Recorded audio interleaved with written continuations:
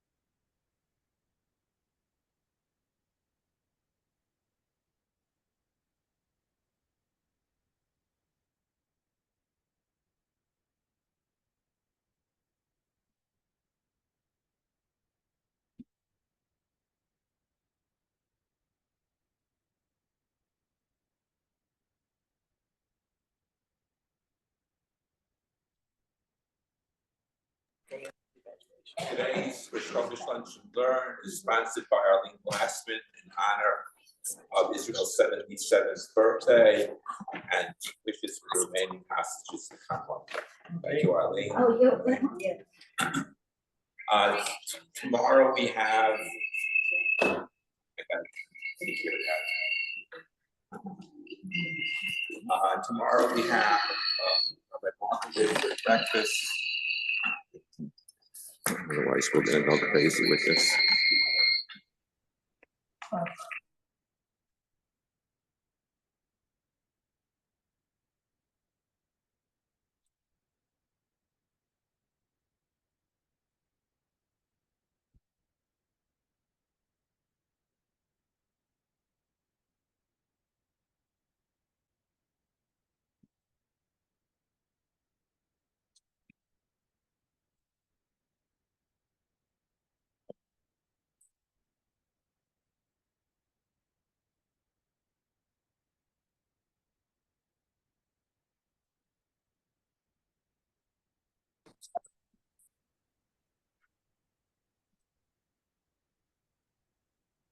So let's go through some thoughts about Shiurs. Okay. The first, the timeline, number one. There's a machlokus in the Gemara what the timeline is, but let's just go through, they're fairly similar, but we'll go through some of it. So everybody agrees that they arrived at Har Sinai on the 1st of Sivan.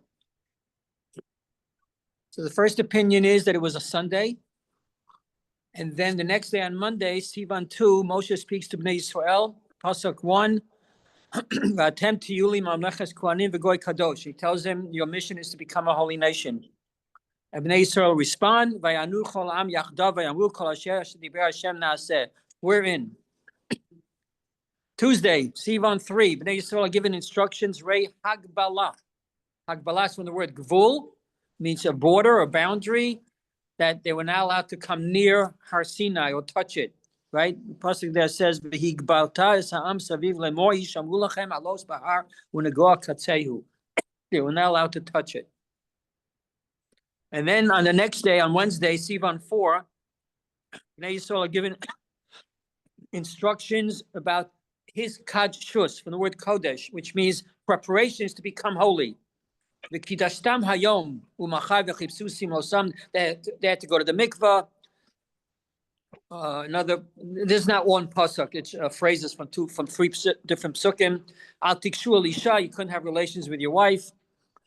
V'hayu nechonim layom hashlishi, and be ready for the third day. So this was said on Wednesday, Sivan 4. This was Hashem telling Moshe what to tell Bnei Yisrael. Hashem's intent was that they should prepare for 2 days, Wednesday and Thursday, right? And then you'll be ready for the third day, which would be Friday, the 6th. Friday, right? So that was Hashem's initial plan, that they would get the Torah on the 6th day. So they would prepare Wednesday and Thursday. But Moshe added a day on his own, which is pretty good, right? Moshe added a day, and Hashem agreed to that. So there were 3 days of preparations. So Friday, there was an extra day of preparations added by Moshe, and they received the Torah on Shabbos Zayin Sivan, which is a little kind of jarring because we celebrate Shavuos on the 6th. So a couple of reasons why thank you. So where we say our minhag is we always observe Shavuos on the 6th, even though according to this is in the Gemara, by the way. Why, even though according to this opinion, it was given on Shabbos the 7th. See, everybody agrees that we arrived to Har Sinai on Sivan 1. And everybody agrees that we received the Torah on Shabbos. The question is, what day of the week did we come on? So according to this timeline, we came on Sunday, the 1st. So therefore, Shabbos is the 7th. But there's another version that says that we arrived at Har Sinai on the 1st of Sivan, but it was a Monday. You have a sheet? You do? Okay. Oh, good. So it was on Shabbos, so therefore, if Monday is the 1st, then Shabbos is the 6th. But we observe the 6th either because, even let's suppose it was given the 7th, either because that was Hashem's intent initially, before Moshe added a day, or, see, the way it works for us is that Nisan always has, I believe, 30 days, and ER always has 29 days. So from the time that we start counting, which is on the 2nd day of Pesach, the 50th day, which is by definition when Shavuos is, always comes out of the 6th, according to our calendar. Now, that doesn't have to be. In the yesteryear, when it was Chodesh, and that's how it's going to be when Mashiach comes, when Chodesh is determined by the witnesses saying last night we saw the new moon, right? So the Nisan could be 30 or 29, and ER could be 30 or 29.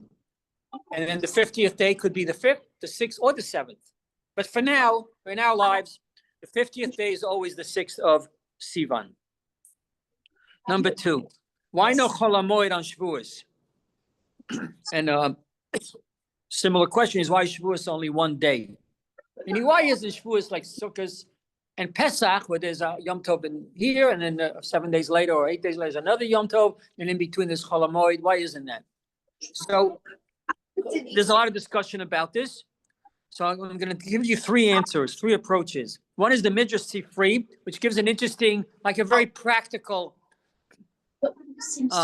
answer, and that is Pesach and Sukkot are at times where we don't work, meaning the fields, there was no work in the field. What I mean by that, they planted in October.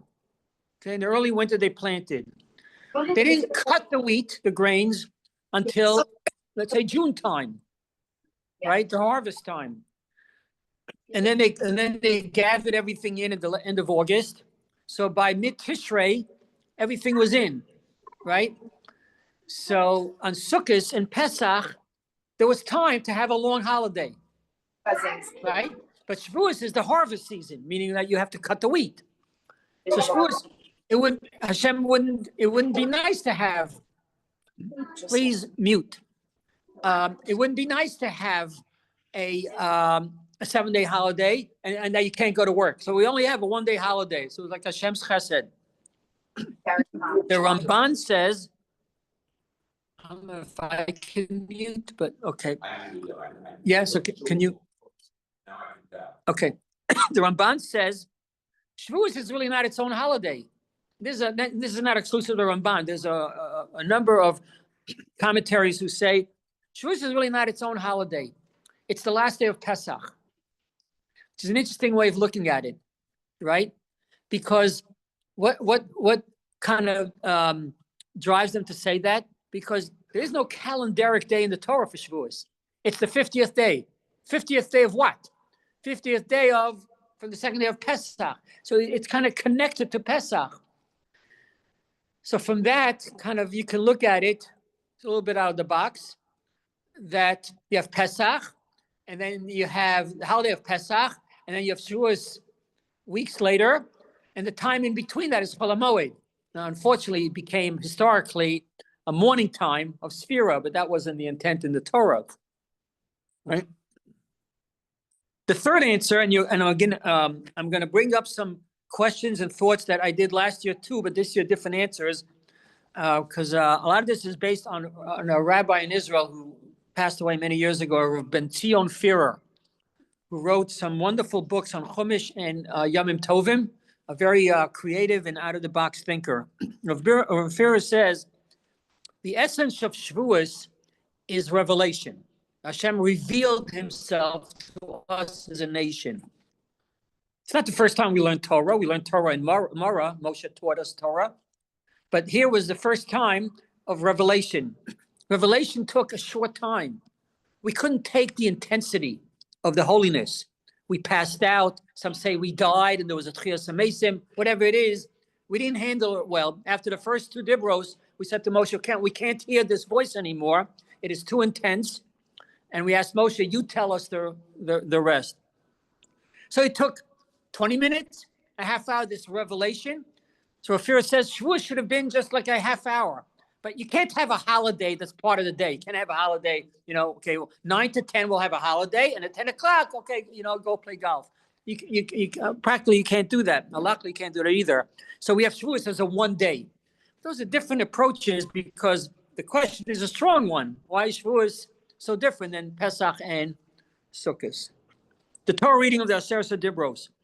Chazal, we have sources that Chazal long ago, they thought of incorporating the Aseret Dibros into our daily davening. We have Kriyat Shema from the Torah, another portion of the Torah to do it, and they didn't, because they didn't want people to think that Aseret Dibros is more important than other parts of the Torah, right? So they did not. So it's not part. I mean, the people who have a minhag to say Aseret Dibros every day. Was in the start with. Yes, it was were in the Siddur. They put in the Siddur and then they took it out, you're saying? Interesting. Okay. Because maybe they saw that was an issue that people then held the Aseret Dibros on a higher level than the rest of the Torah. Chazal didn't want that. So most people do not stand for laning. Okay, some people, but the majority of people do not stand for laning. You don't have to stand for laning. You don't. But everybody stands for Aseret Dibros. So doesn't that indicate that Aseret Dibros is more important than the Aliyah before, right? So why do we stand? So the Rav, because of the fact that we read Aseret Dibros differently than we read the other parts of the Torah, in that what's called Tam Elyon. The Tam Elyon is that most of the trup is above the word rather than below, but more importantly, in Tam Elyon, it presents it as the Dibros. So, for instance, Shabbos, right? The fourth commandment, Shabbos, has 4 psukim in the Chumash. But Tam Tachton would be that you read it as 4 psukim. But Tam Elyon, it reads it as one sentence, all 4 psukim, right? Or like Tam Tachton has that Lo Tirtzach and Lo Tignov and all those, right? The left column is all in one pasuk. But we don't read it that way. We read each one as a Dibra, as a separate reading, as a separate pasuk. That's Tam Elyon. So the Rav said, you see, we read it differently on Shavuos because what we're doing is we're reenacting Maimon Har Sinai. And Maimon Har Sinai, it wasn't like you go to one of these beach concerts, summer concerts where everybody brings a chair. There were no chairs. Everybody stood up, right, for revelation. So we reenact Maimon Har Sinai by standing up. Now, our minhag is, as most Ashkenazi shuls have the minhag to read Aseret Dibros, not only Shavuos, but also in Yisrael and Vayis Hanan, with Tam Elyon. So we reenact Maimon Har Sinai every time, but it's much more appropriate to reenact Maimon Har Sinai. There are some places that have the minhag that in Yisrael and Vayis Hanan, it's a regular Torah laning, and they read Tam Tachton. And only on Shavuos they read a Maimon, which to me makes more sense, but that's not our minhag. So it's not that we stand because it's more important. We stand because we're reenacting Maimon Har Sinai. In shuls where they auction the aliyahs, the Aseret Dibros is the most expensive one. Right. So it does have a shuls. Right. And yeah, in Dinei Mamonos. We always find a way to make a buck. Yeah. So.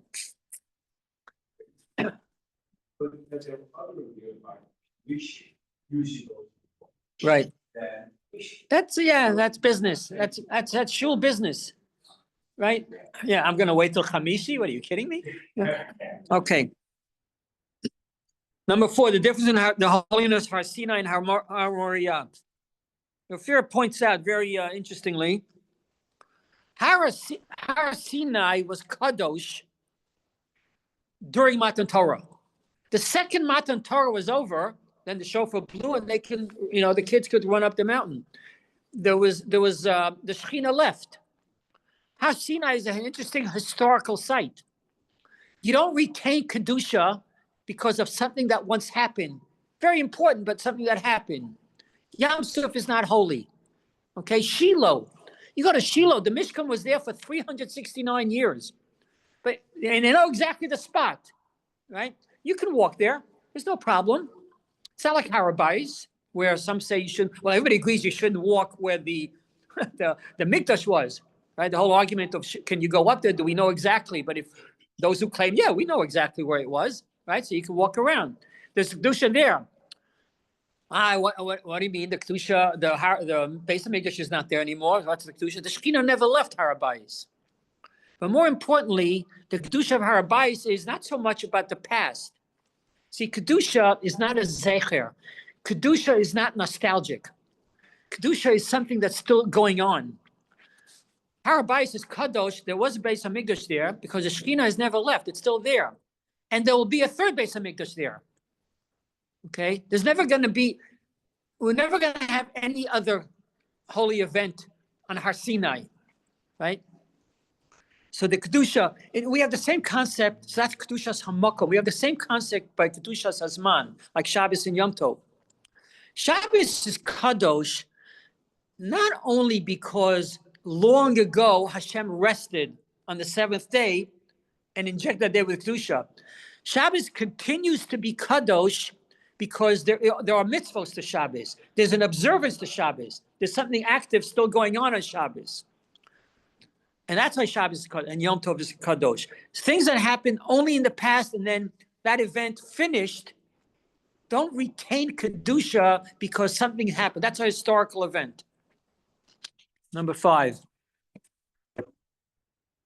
The giving of the Torah versus receiving of the Torah. We in our tefillos, we say Zman Matan Torasenu.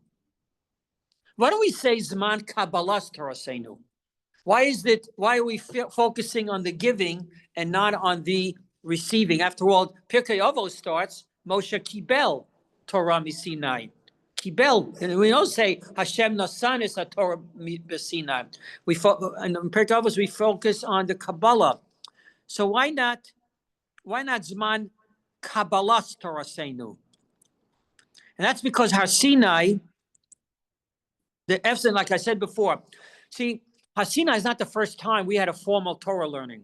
Our Masorah is that at Mara, which was before Har Sinai, soon after we left Egypt, Moshe taught us some laws. It was the introduction to public Torah learning. Taught us laws of Shabbos, not everything, but some. Shabbos, Kibbur Avim, Dinei Mamonos. So Har Sinai was not where Torah teaching began.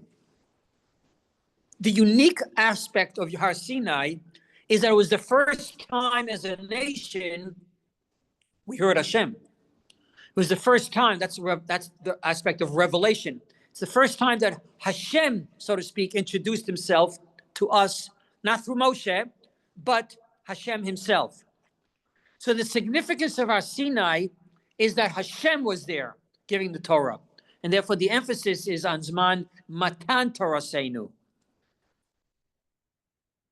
A great question for which, to me, there's no great answer, at least no answer that really has satisfied me. I'll give you 2 answers, but where Fischer deals with, why doesn't the Torah ever connect Shavuos to Torah? In the Torah, you'll never find Zman Matan Torasenu or Chag HaTorah. Right? It's fascinating because Shavuos is our holiday of Torah.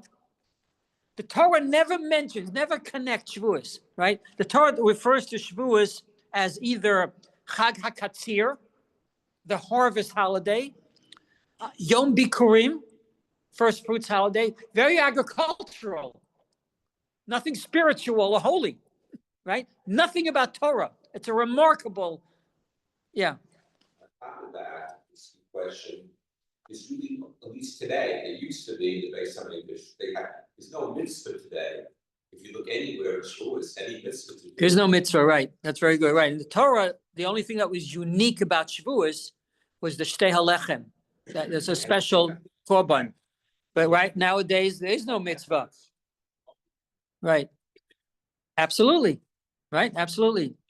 But it's, And it can be, an answer that you can give is that you have Torah, you see the other, again, it's something that happened way in the past, and you're celebrating it today, so you have to have artificial things, you have to have the mitzvah of matzah, you have to have the mitzvah of sukkah.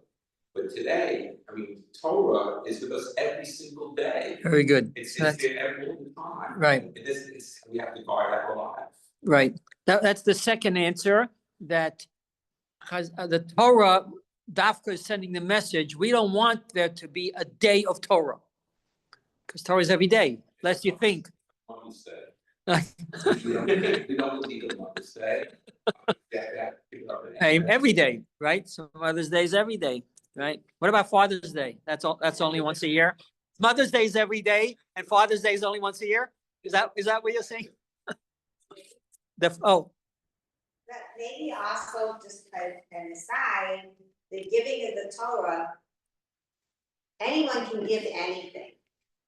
But it's up to an individual to choose to receive it. Right. Like, not just the Torah, someone wants to give you a gift or wants to pay you back for something, and you say, no, I don't need it, I don't want it, take it away, I'm not gonna take it, whatever. So really the receiving goes back to what Mandy was saying also, that it's ongoing, that we consciously, anything that we do in life that is Torah connected, which is almost everything, but we need to make that decision daily, and we need to receive it. Doesn't make a difference if it's given. If we don't want to take it, then Right. we're outsourced. So that you're saying that's an answer, let's say for 5, that Matan Torah is saying you can have a day for that, but the receiving is every day, right? So you two are very complementary, yes. The Rafira discusses that the Torah Dafka does not connect the Aseres Hadibros day to Shavuos, to avoid that people should not make a mistake that Aseres Hadibros is the whole Torah. Meaning, had the Torah said that Shavuos is Man Matan Torasenu, so we got the Torah. We didn't get the whole Torah on Shavuos. On that 6th or 7th of Sivan, we got the 10 Commandments, right? The whole Torah we got over the next 40 years in bits and parts, and by the time 40 years, then we got the whole Torah. We didn't get all 613 mitzvos, the whole Torah on Har Sinai. Just so we got the Aseres Hadibros. Number 7. The Gemara specifically on Shavuos, Gemara says, specifically on Shavuos, one must eat a festive meal. What's going on there is the two psukim that talk about Yom Tov in the besides the specific psukim about the Chagim, but they say that the Yom Tov should be celebrated as a day Lashem, as a day for Hashem. And another pasuk says that the Yom Tov should be Lachem, should be for you. So is it Lashem or is it Lachem? Is the focus on my festive meal, the focus on my going to shul or learning? So there's actually a machlokus in the Gemara about that. So Rabbi Eliezer says, well, decide. It's either kulo lachem or kulo lashem. Either you eat all day or you go to shul and learn all day and you daven all day. And Rav Yeshua says, why do you have to be so extreme like that? It's chatzi lashem, chatzi lachem. That's what we do. We go to shul, we eat. We go to shul, we eat. We go to shul, we eat. Right? So we do a chatzi lachem, a chatzi lashem. But then the Gemara comes out with a startling statement. And it says, but on Shavuos, you have to have a festive meal. Shavuos, you have to have lachem, which is exactly the opposite of what I would expect. I would have thought Shavuos, which is the symbolizes the Torah, that's a day that I should choose. I don't have to have a festive meal. I'll learn all day, right? But on Shavuos, dafka on Shavuos, you need lachem. So I dealt with this last year, and then I gave the standard correct answer. Is what Rashi says in the Gemara, is that we want to show that a day of Torah, that our involvement with Torah is joyful. Because after all, we're not angels. We like to eat. We're physical people. We enjoy eating. We're happy when we eat. So we want to show that the Torah day is not, it's a day of birth. I have to sit in the base of Midrash, I have to learn the Gemara. I don't understand a word of this. But we want to show that the day that symbolizes the Torah is a happy day, so we eat. Fischer says, an interesting, also very creative answer. Hashem created the Yetzer Hara, which is a whole philosophical and hashkafic topic in itself. Hashem, like we all wish, Hashem, you really had to do that? I mean, I could have been a much better person and Jew if I didn't have the Yetzer Hara. But Hashem doesn't want robots. If there was no Yetzer Hara, we will all just do the right thing because we only have a Yetzer Tov, right? Hashem didn't want that. It's interesting. It's a fascinating concept which can be discussed by philosophers. That's not me. But Hashem created the Yetzer Hara because he wants us to struggle. He wants us to fight against something that pulls us to sin. We struggle, we overcome it, and that's what he wants.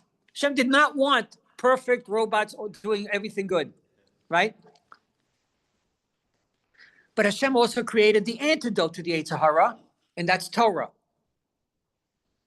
Meaning, I have a chance to struggle and win over the Yetzer Hara only with Torah. If I learn the Torah and I observe the Torah, then I have a chance again. It's still tough. And then I have a chance. But without it, you have no chance. Okay? Says Fischer,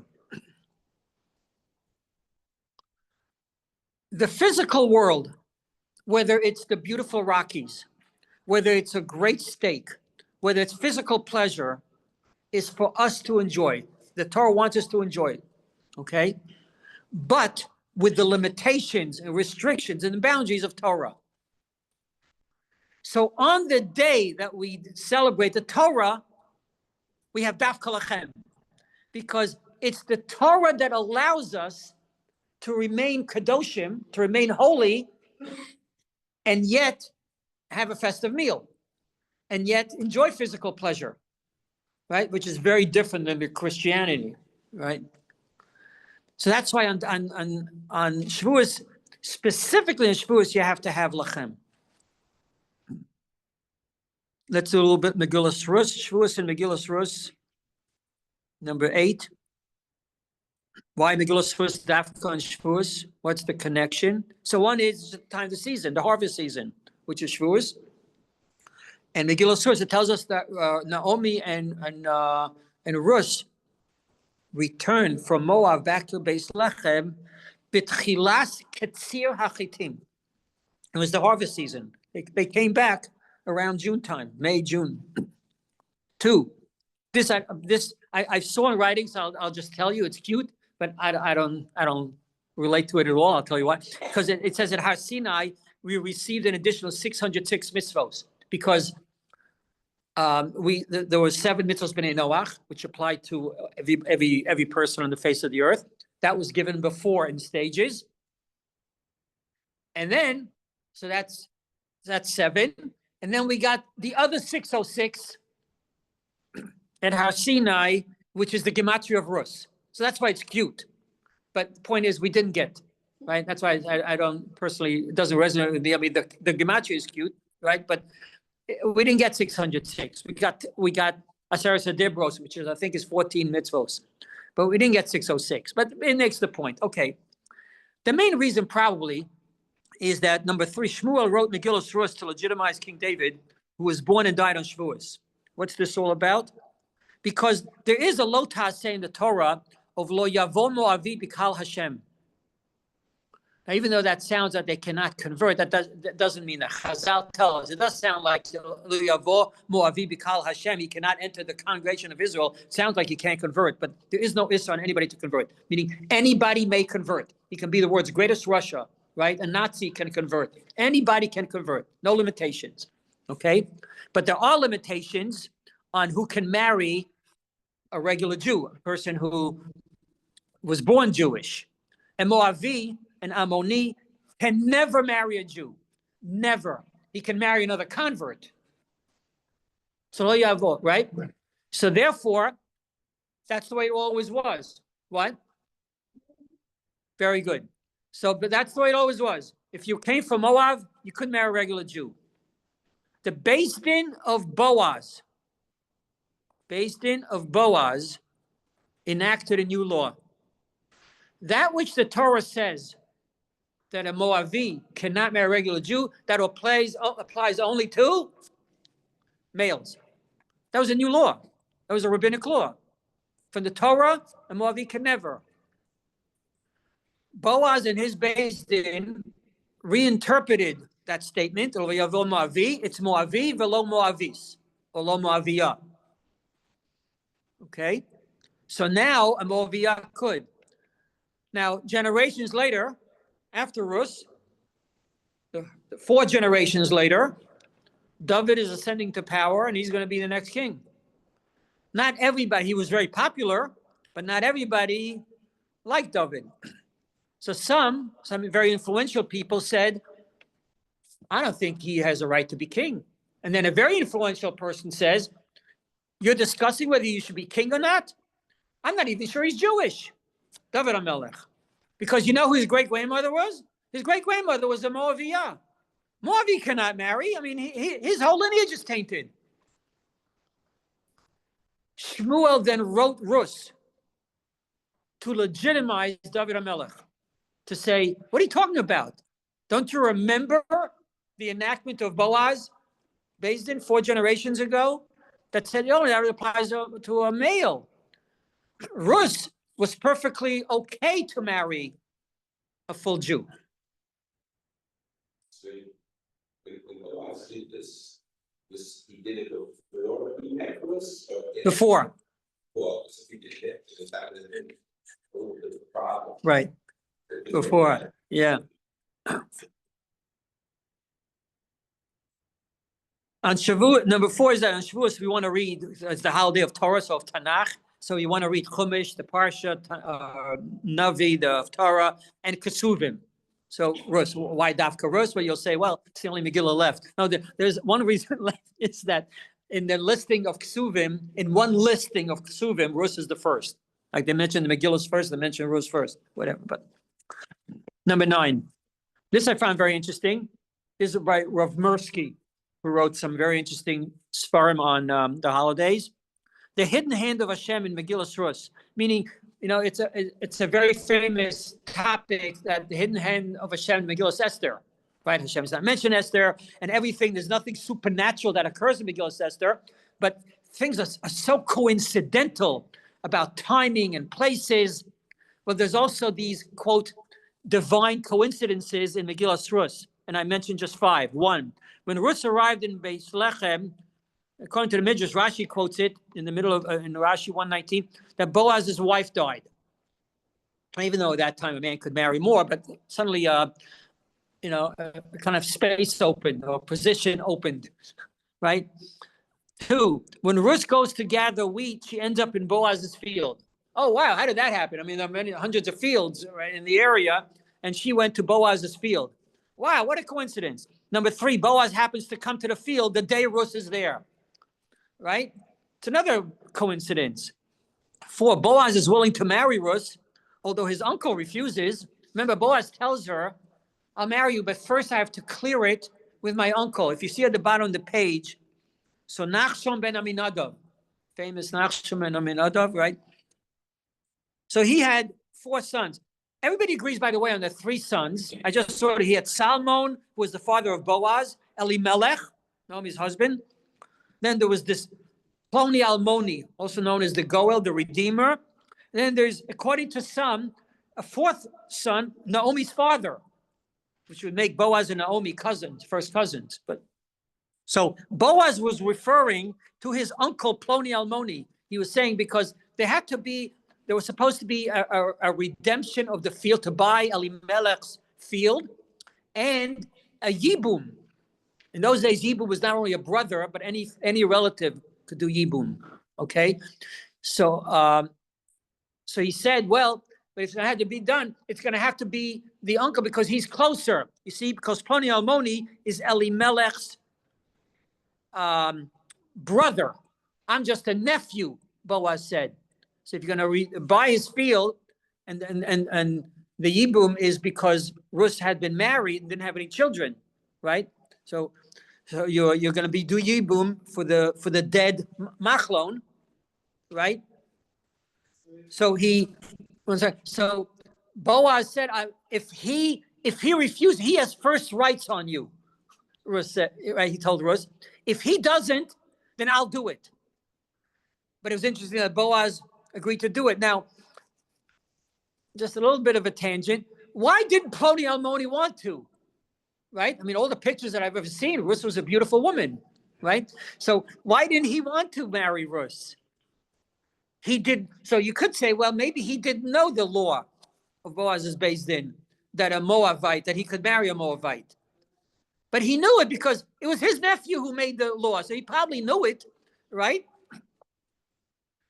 He was concerned because when Beis Din makes an enactment, there is a rule that a future Beis Din, which is bigger in number and bigger in wisdom, could overrule them. He was concerned that maybe this law is not going to be permanent. Take a look at the Megillah source. I'm sorry, I didn't quote the pasuk. Take a look at Megillah source there. When Boaz talks to his uncle, the uncle refuses because of Zaro, because of his descendants. So the commentaries on Rus ask the question, wait a minute, why is he worried about his descendants? Why is he not worried about himself? Because he knew he could marry her. But he was worried about his descendants. If in 2 generations, a future Beis Din revokes Boaz's rule, then his descendants will come from a woman who they just said cannot marry a Jew. So he was worried about his descendants, right? Boaz had no such worry. I guess she was really beautiful. I mean, I don't know, but Boaz had no such worry. And so when Ploni Almoni refused to marry her, Boaz did it. Somebody had a question here. Oh, yes. Why didn't it give a name for Ploni Almoni? I don't know why there's no name. I don't know. We have names, right? Elimelech, Salmon. And I don't know why there's no name.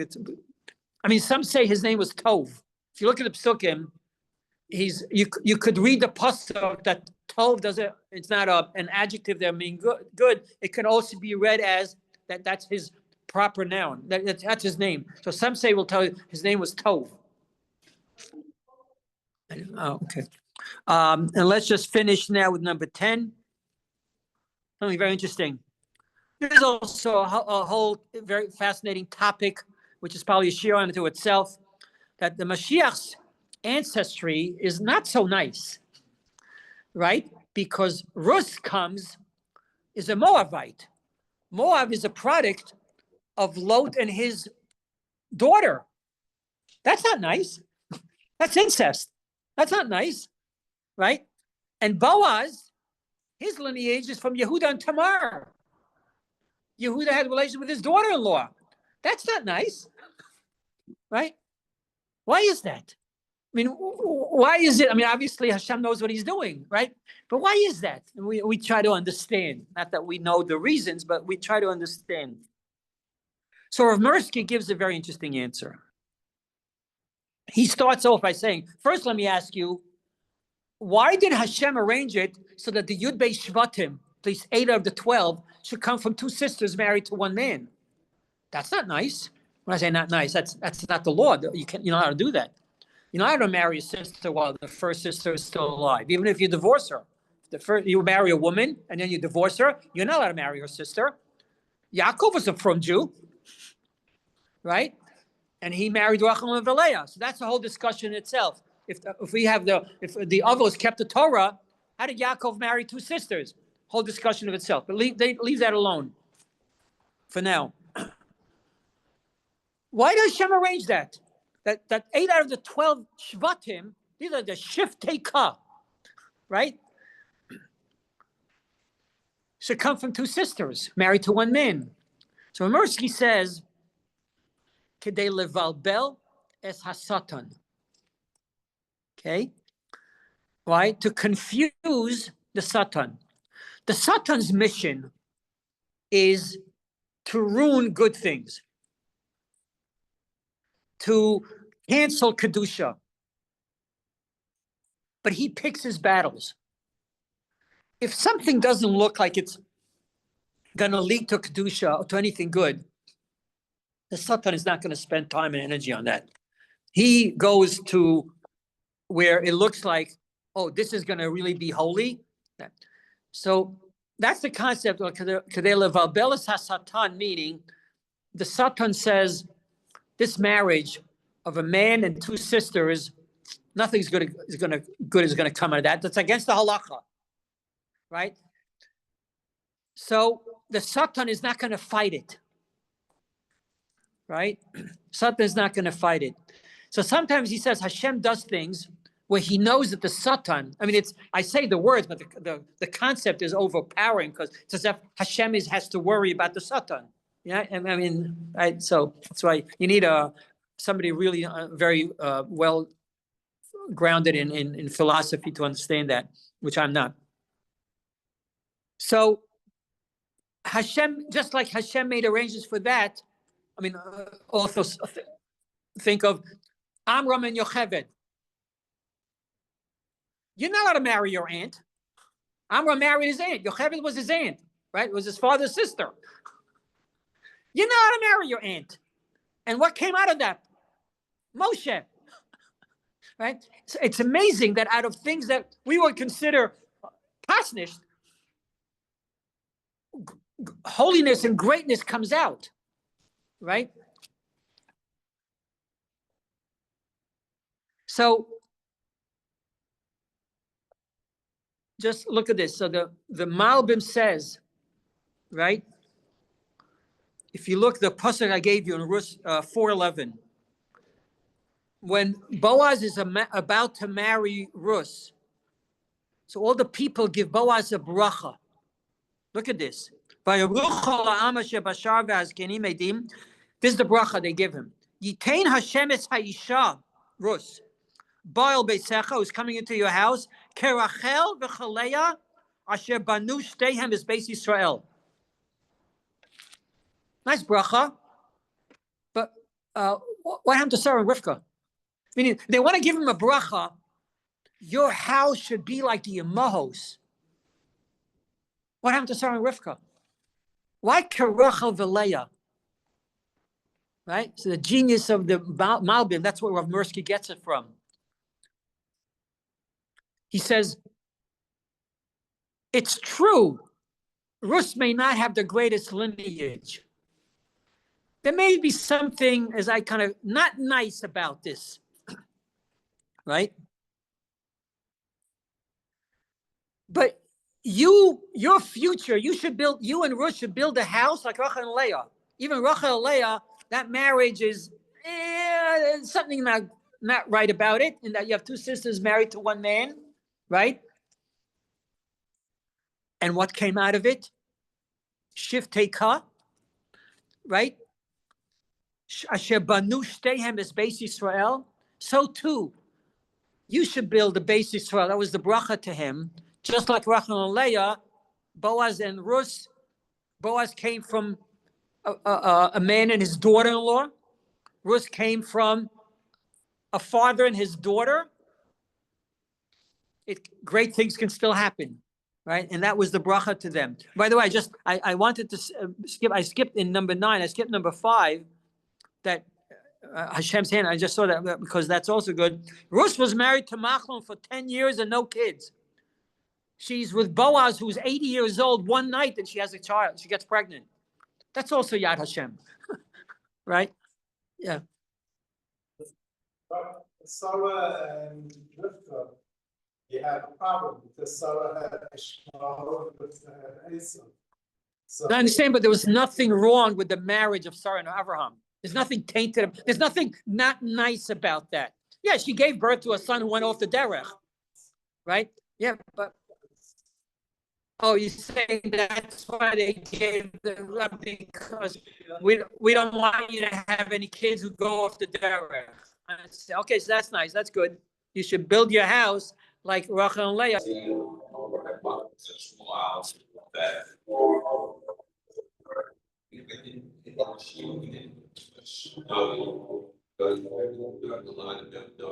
And he had a lot of things in his life that, that would be. But not so nice. That's so nice, right?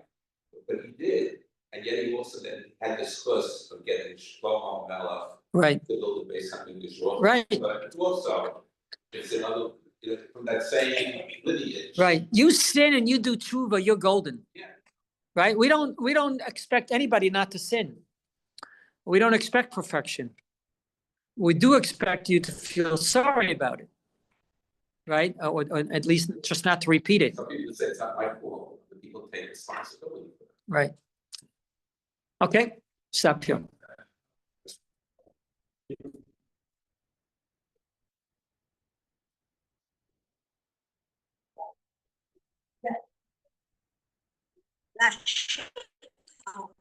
Thank you.